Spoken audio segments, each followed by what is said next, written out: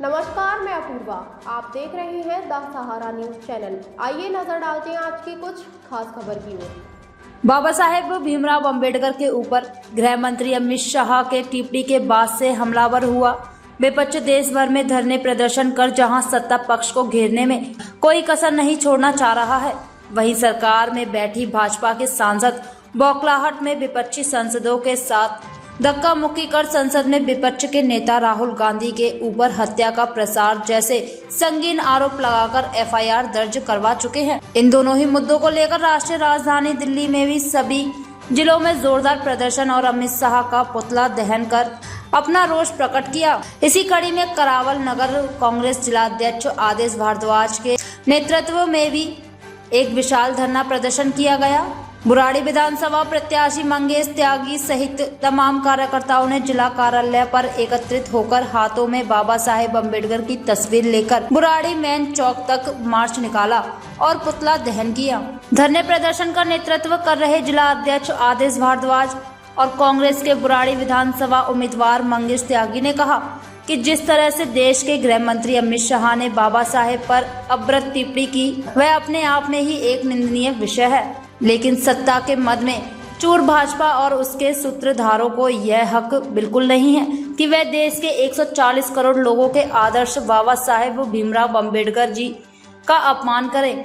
संविधान के रचयिता बाबा साहेब जी के योगदान को कभी नहीं भुलाया जा सकता, लेकिन भाजपा हमेशा से दलितों वंचितों के अपमान करती रही। भाजपा की प्राथमिकता पैसे वाले सेठ लोग रहते आए हैं। अगर ऐसा ना होता तो संविधान की कसम खाकर देश के सबसे बड़े संवैधानिक पदों में एक पर बैठे अमित शाह यूं सबसे बड़ी पंचायत में बड़े होकर संविधान की रचयिता का ही अपमान नहीं करते। उन्होंने आगे कहा कि जब हमारे राष्ट्रीय अध्यक्ष और वयोवृद्ध नेता मल्लिकार्जुन खड़गे जी, राहुल गांधी जी, प्रियंका गांधी जी और दूसरे लोग इस मामले को विरोध कर संसद भवन की तरफ जाते हैं तो भाजपा के सांसद न सिर्फ हमारे नेताओं का रास्ता रोकते हैं, उनका अपमान करते हैं और धक्का मुक्की कर गुंडई दिखाकर मुद्दे से ध्यान भटकाना चाहते हैं। जबकि कांग्रेस हमेशा से दलितों वंचितों के अधिकारों की रक्षा के लिए खड़ी रही है, क्योंकि अगर ऐसा ना होता तो कांग्रेस विपरीत विचारधारा के बावजूद बाबा साहेब को संविधान सभा में लाने का काम नहीं करती।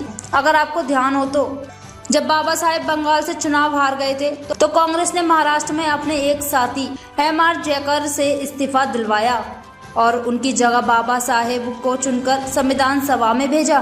कांग्रेस द्वारा बाबा साहेब को संविधान बनाने वाली समिति का अध्यक्ष बनाया गया। नेहरू जी ने अपनी सरकार में बाबा साहेब को कानून मंत्री जैसा महत्वपूर्ण पद दिया गया।